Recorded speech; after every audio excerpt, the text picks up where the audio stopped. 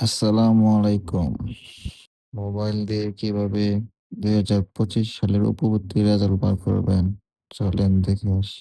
১ম এ ক্রোমে ঢোকার পরে Dhaka board, Dhaka education board লেখা সার্চ দিবেন।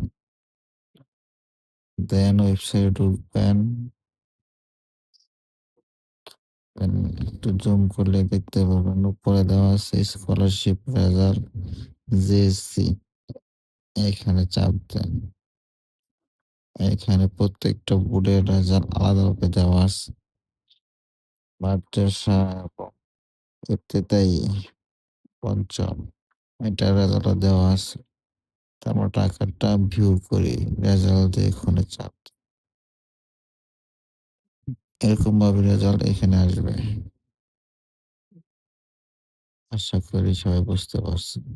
আর যদি কারো বার করতে সমস্যা হয় কমেন্টে যোগাযোগ করেন। ইনশাআল্লাহ হোয়াটসঅ্যাপে শিট পাঠিয়ে দেওয়া হবে।